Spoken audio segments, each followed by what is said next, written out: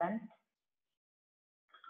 We organized an event, and the event was Africa Science Week, and the goal was like to kind of, I would say, gain more visibility, but also one of the most important things is we kind of prototyping for the government a national science week, because that's not a thing yet here. So, and we're working towards that as well. So, yeah.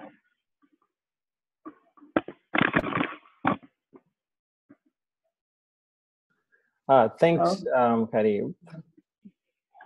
Yeah, so my computer had died for like 1 second and it came back on. Okay, so this is like, so thank you for that overview. And it looks like your screen is frozen slightly, but I can switch. So I wanted to just go back a little bit to what you were saying earlier. You know, the workshops you're doing, they're coming from, at least the training, from the community and by the community, right? And I think that's such an interesting thing that you're doing. And then the mentioning about the local languages, that you are doing the training in the local language, right? So I think that's really impressive. So just walk me through the process. So what happens? So you actually go on the ground, and who are you training to teach the students in the classroom, and how does it work specifically for that training that you do for the student? So mostly in social cultural centers, like when you go there, there's already an established community. Okay. And but mostly here, they're not involved in science education. It's like you will get, like, for example, like some organization like the Girl Scouts, the Boy Scouts, or something, but those people are not doing science here. So, and then our goal was like to go towards those organizations that are already involved in doing some grant work, and to be like, hey, you know, like, we actually doing STEM education, and I think it's pretty fun. And so, and then once we interact with them, for example, I'll talk about the pilot program we run here. Yeah. So we went to the social cultural center. We were like, hey, we want to start this organization, and we want to run this program. So do you guys want to be involved in this? And those are people that are already involved in education, just not STEM education. So, and they were like, yeah. So then, and we mentioned that, you know, the way we want to do it is like, we all understand the issues that our actual education system has. So, and then we're like, we don't want to do it that way. We want to do it a different way, something that is like more interactive, and, you know, that would get more like whoever is learning more involved. And so we recruit them and we train them. So, and the training mainly is like, you know, things I learned when I was working back in France and also in the US, in terms of the, you know, how do you get someone to become a science communicator, you know, how do you communicate science, how not to use jargon and something. And also, like, something important is like the people that we are training, most of them are college students. Oh, okay. So, yeah, so they're college students here, and some of them are entrepreneurs. It's like they're people who have this, you know, I would say, this spirit of giving back already.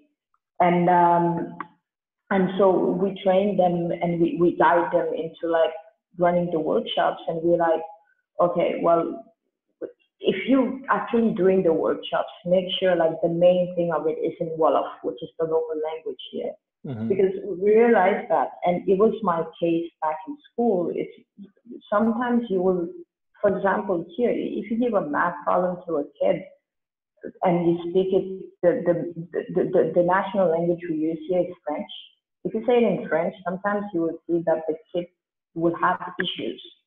And if you would take the same math problem, you would frame it in Wolof, and the kid will give you the answer right away.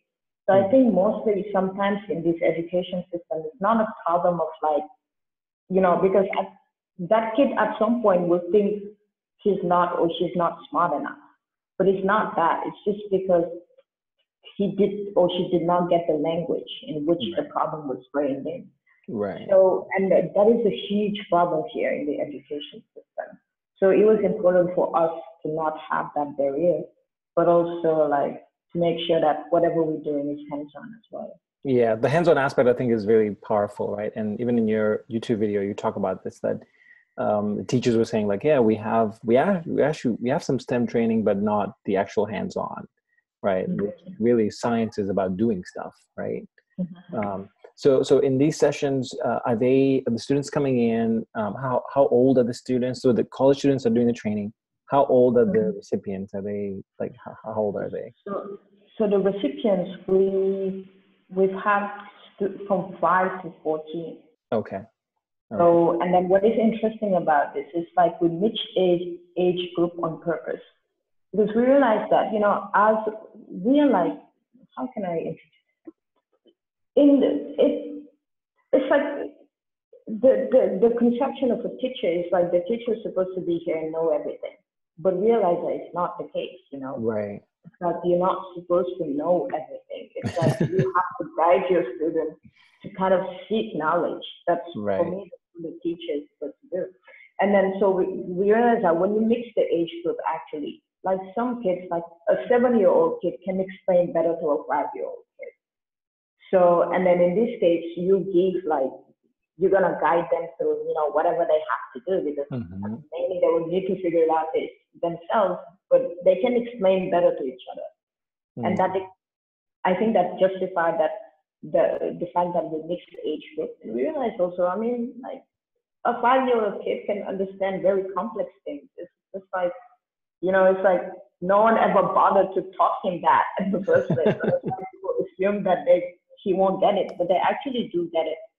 And so we mix them up, and they kind of help each other out, because we think the collaborative aspect in the program is very important, because I mean, we're moving into a collaborative world. Yeah. And it's important that the kids, they have that skill at the beginning. So this like a soft skill as well. It's like they talk to each other to try to figure out what they have to do. For example, for the house they were building, at the beginning, everyone drew a house, but they realized that we cannot build, we had 50 kids, we cannot build 50 houses. So they had to be like, oh, this is the one we want to build because we like this spot. You guys, you're drawing, this spot is very nice, we want it here. And then so with that, they were able to kind of remake a house that took everyone's idea, and they built that one. So which I think is like, it's very nice. That's fantastic. And so these sessions, the students come for like 1 or 2 sessions? Is it a semester-long program? How long is the exposure? So it's a year program. So it's from November to July. Okay. And so it's like so we have 2 groups. So they have 1 to 2 hour session maximum, you know, because kids sometimes they don't finish up what they're doing and they don't want to go home. They're like, oh, I want to stay. So it's like 1 to 2 hours maximum. So, and then I would say 30 workshops over the year. Okay, 30. And yeah, so that's how we do it. Okay, and this is the question. So for this program, like the hands-on stuff, like what are your metrics for measuring impact? This is always a question that I ask a lot of our founders, and we get asked this a lot. What is success for you guys, and how do you measure it? So what we do is like at the beginning of our session, we first start with what we call an introductory session, where we kind of make kids fill a survey. And then they're doing it by drawing and stuff. They're like, oh, this is what I want to do when I want to grow up. So, and then we kind of, through that, we have an idea of like what kids want, what they like, and then, you know, what do they think? For example, like for the house at the beginning, we asked many kids, do you think you can build a house? And then a lot of would say, no, we can't. So, and then so through that first introductory session, we get a lot of metrics. And then at the end, we give them a survey as well, where we sit down with them and we ask them questions. And then we be like, and then you realize that there's an improvement in terms of, you know, what kids thought at the beginning and what they think now. And also what we do as well is these kids, we kind of have a relationship with the parents as well, because I mean, first the teachers are from the community, so we see how they evolving back home. Whether when they go back, they talk about it a lot, like what they've done during the session, or something else as well is like um, um, it's like this example. Like there's a kid that is in our hands-on program, and then he has his brother. So this is his parent told us that. So he has his brother who's doing like some type of undergraduate thesis, and he was mentioning like the brother was like, oh well, I have to build an alarm system for like when someone gets in, like the alarm will go off or something, and the kid told him, this is what you're gonna do for a thesis? It's like it's too easy to pick something up. And like those kind of examples. And then That's funny. yeah, and they ask him, can you do that? He's like, well, now I won't be able to figure out everything, but if I do a workshop about it, I can do it. So it's like, and this idea that kids actually they know that, like if they learn that, they can do it. It's not as complicated as I think that is those type of examples are what we seek for. So you have a pre and a post, right, assessment, Yeah. looking at the engagement of the students. Do you also look at, for example, performance in terms of the students in the classrooms? Because I'm assuming you are working closely with the teachers, right, at the schools. Or are you independently doing this outside of school? So we independently doing this outside of school because we like a cultural center. But this is something we want to do in the future because we realize that the kids we have are performing really good at school. Yeah. So, but so far we don't know. We can't say for sure whether it's because we cannot say for sure. So, but this is some metrics we'd like to measure. Because I think we should have to measure it like beforehand. But at the beginning, it's like we did not know what kids were going to join in. Like when we were starting the program, like you get a lot of kids from different schools, and then you need to build a relationship with the parents and everything. Yeah. So I think for this first pilot program, it was hard, but in the future, we're planning to also check like the performance. I see. Yeah, because I think that's the biggest one, right? So I know Khady has to run soon. Did you have any questions? And I know you were a science teacher in Kenya. So do you have any questions for Dr. Sall? Actually, absolutely. I was actually wondering, that is a very nice initiative of teaching and of actually passing science in a local dialect. But I have a very interesting question is, what level of complexity is the science? Because in the local dialect. Like the program? No, the level of the complexity, for example, you see the basic science, the plants, let me use science, the plants, maybe the salt. But as you go higher, the complexity tends to be quite, think, for example, science in terms of physics, chemistry, the complexity tends to increase. So I don't know how you're doing that in the local dialect. Really. Yeah, that's a very good question. So what we're doing is,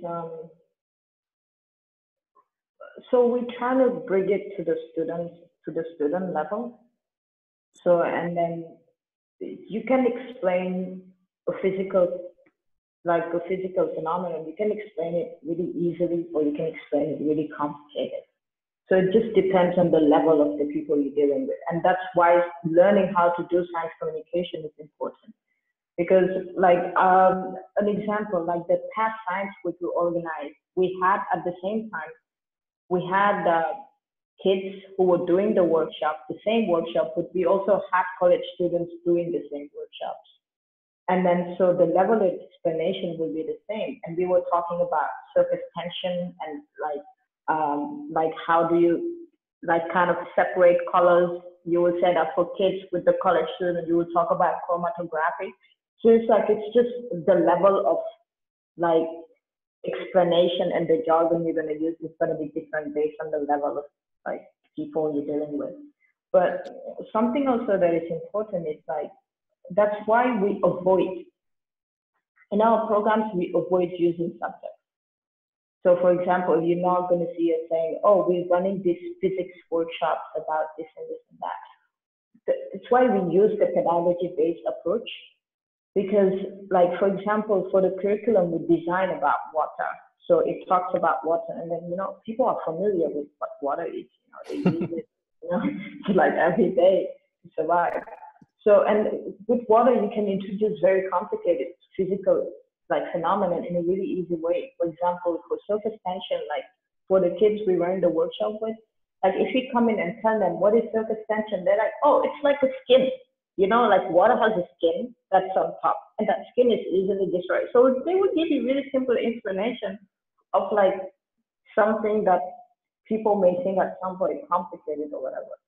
So it's just we're trying to kind of put it at the level of the kids, and we're trying to run programs that are like culture, like that kind of people are familiar with. So, like, whether you talk about water, you talk about like building a house, you talk about like earth or something, people know, and you introduce a little bit like some scientific concepts that are not really complicated, I guess, to teach. Because Khady, in Kenya, is like if you're using Swahili, as you go up, it gets harder and harder to do that, right? That is the concern I had, because most of the science we actually teach doesn't come from our local dialect. So even getting actually a word to represent it has been quite challenging to actually teach. As you go higher, at the lower level, it works, because actually I personally was taught in my mother tongue in my lower primary, and they will teach science, they will teach, but it's just the basic concepts. As you tend to, because the reason why I asked that was there's some point to saying college students, that is some very complex science. Okay, I'm a biology teacher. Think of something like circulatory system alone at that level, putting that back into the local dialect tends to be quite, I don't know the level of complexity you actually. I agree with I actually agree with what you're saying, and that actually shows the limitation of why we should be actually running programs in the local languages, because every language evolves. But you realize at some point it's like the language scientifically stopped evolve. Like there are not words for a lot of things that you have to like bring up. And usually, for example, I mean, in Wolof, there's no such a thing as snow. So when you want to talk about snow, because I mean that you have to use a French word. And also, I guess even if it's the same thing for like other like I would say well-established languages, like for example, when we talk in French, there are a lot of scientific words that don't exist. You use the English word because it's just like those were like invented in like, I mean, Wi-Fi, everyone says Wi-Fi. It's, it's like, I don't hesitate to use a word from another language, but then explain it in Wolof, like what does this mean, So that's the approach I use, because, I mean, that's why I'm an advocate for creating content in local languages, because if we don't, like a language should be dynamic, it should evolve, like have new words and, but I feel like there's some sort of stagnation, and then we should move beyond that. Yeah, I think that's a really good point on the local language, and something that I've not really thought about deeply. Being stuck in the US, you don't tend to think about those things, but so I want to, because that's one of your projects, hands-on activities. You also have Africa Science Week. You also have the Afri Academy, right? So can you tell us very quickly about those two and what you do there? Yeah, so for the Science Week, is we organize it this year for the first time in partnership with the Next Einstein Forum. And then the goal really is to, like when I was trying to organize this event and going to talk to like people from the government, because it was I guess I was doing some advocacy work. Yeah. And the goal was to be like, this is you guys know we need science, right? They all know we need science because I mean, without like research and development, we cannot really go forward.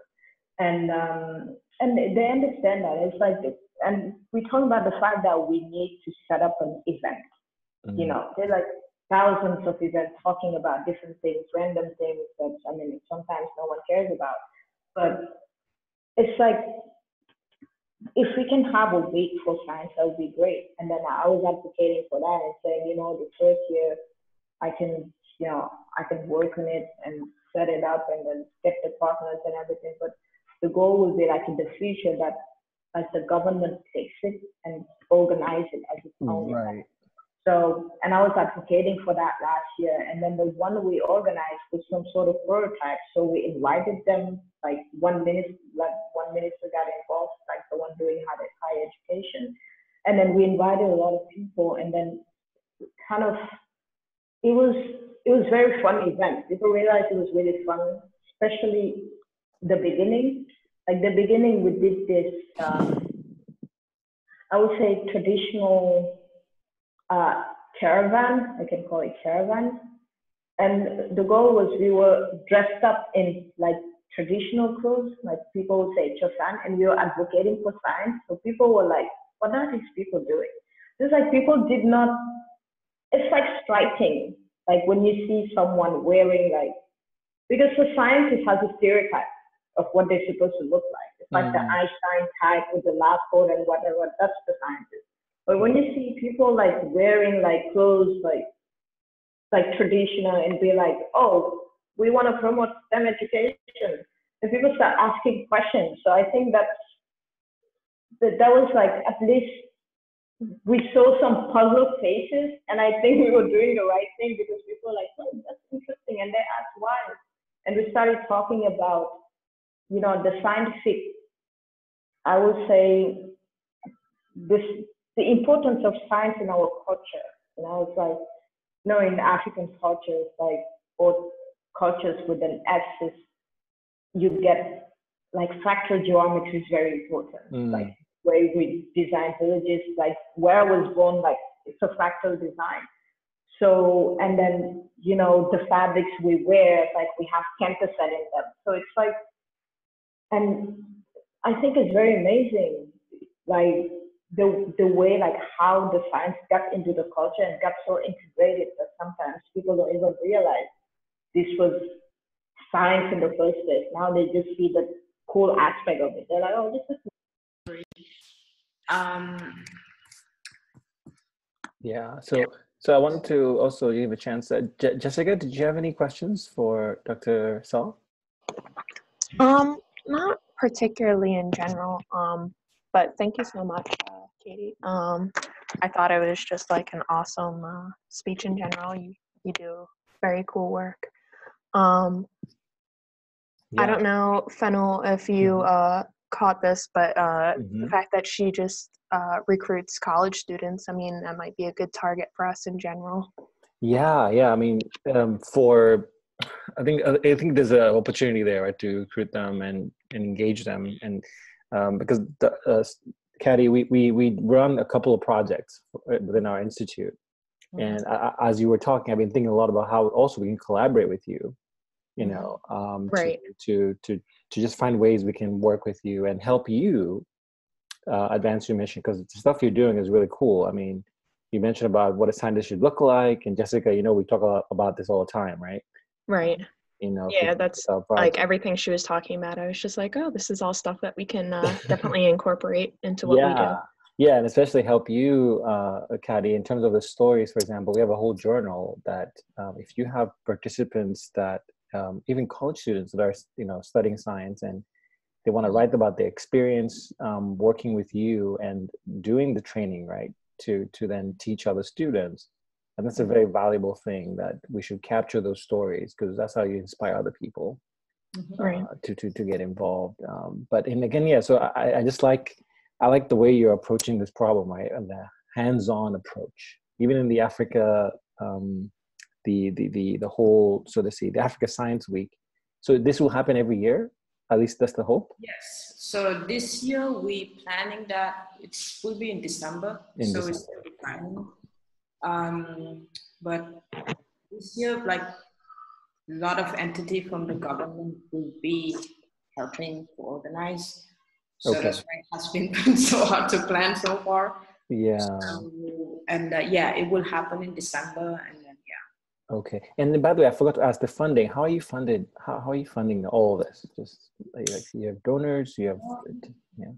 So far, I would say it's self-funded in a way that we collect donations from people Okay. that are in the community, but also like a lot of the programs we're running is it's volunteer based.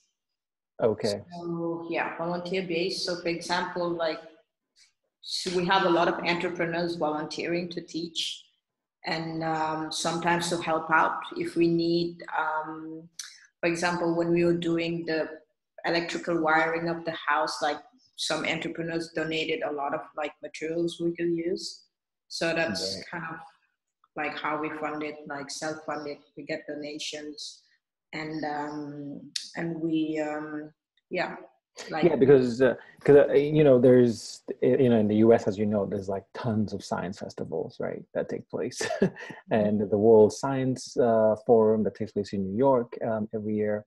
And I think they have interesting models of what happens there. We just participated in the Cambridge Science Festival right here in Boston, which was really interesting. And just you get to engage both the young and the old, right? It's the whole thing.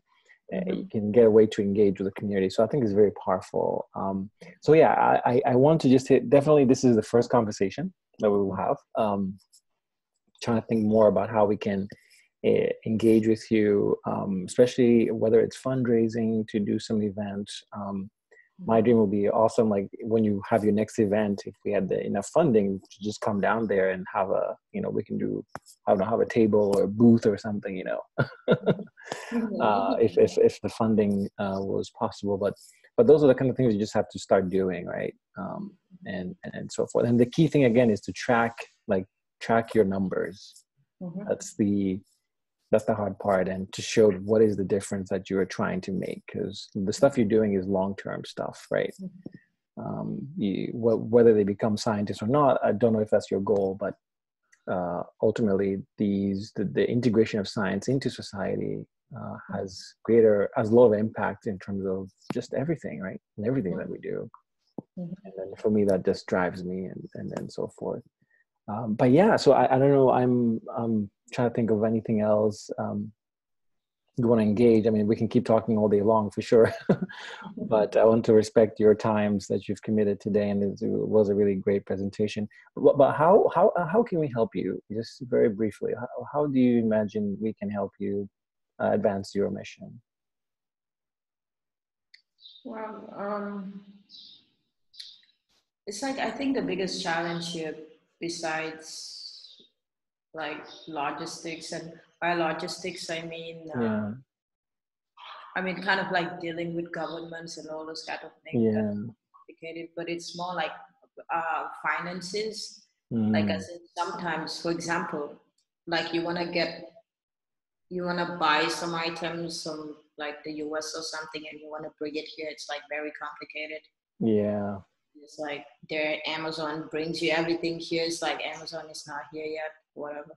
So you can't even order stuff from Amazon to come there. It's very complicated. I can see that hurting. Amazon, you can get everything from there. Yeah, that's, I mean. So for some items, yeah, it's hard to get. So, but maybe, I mean, for what we're doing, we try to focus on using like local stuff. Local things. Okay. Okay. I guess that works there. Cause yeah, I mean, if it's a fundraising piece, the ordering, I guess Amazon, we can't really do much there. We should maybe just petition for Amazon to expand. They're too big already, I think. Maybe. Do you want it to get bigger? Maybe not. Question is, do you want Amazon in Senegal? I don't know. Well, I think eventually they will, but I mean, I'm not looking forward to Amazon expanding, actually. Yeah. And do you work with teachers at all, science teachers at all? Do you? Do you engage I will start working with science teachers because we got a lot of requests from school now. At the beginning when we're starting, it was very complicated, but now I've had years of experience where we have a lot of requests, and mainly is schools, you know, making a request for the teachers to be trained to be communicators, and then using our programs to do like similar things in the school. So yeah, so we have this type of requests a lot, and then and even with some other like countries, like mostly like francophone countries. Yeah. Okay.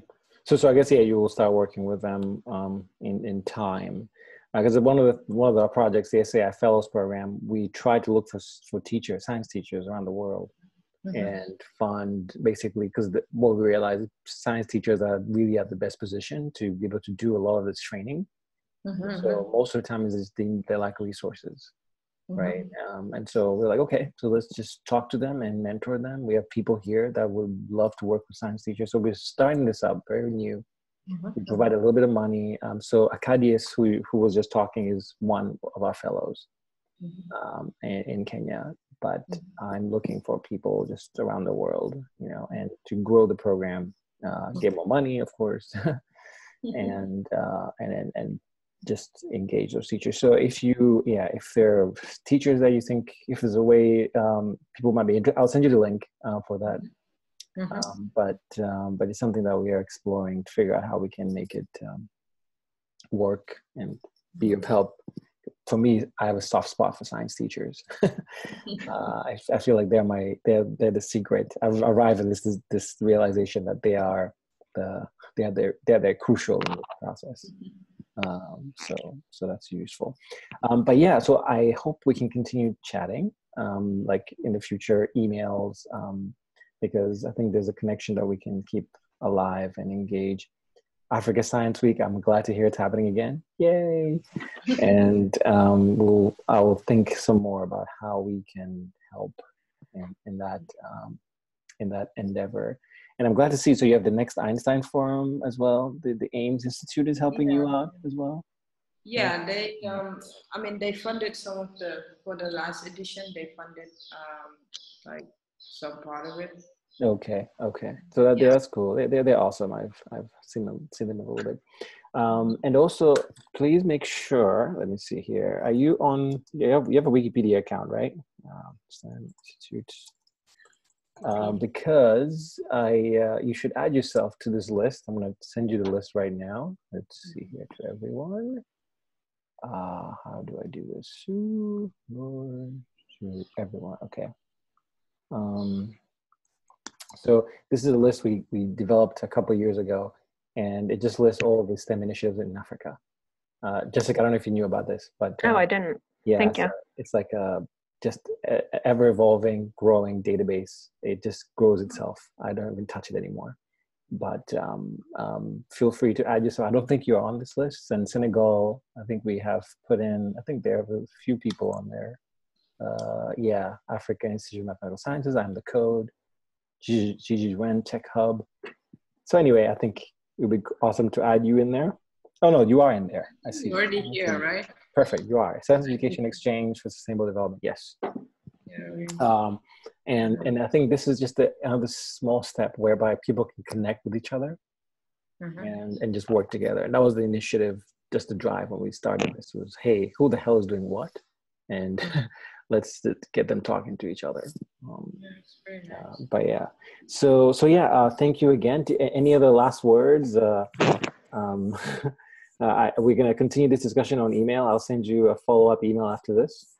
And this again was recorded. I hope when my computer crashed, it didn't stop, but I think maybe it did, but it doesn't matter. We all have connections here. Any other last words from either of you? I'm okay. Thank you again. Appreciate it. Thank you for inviting me. Yeah, thank you so much. Okay, all right, thanks. And this is going to end. Thank you. See ya. Right, bye.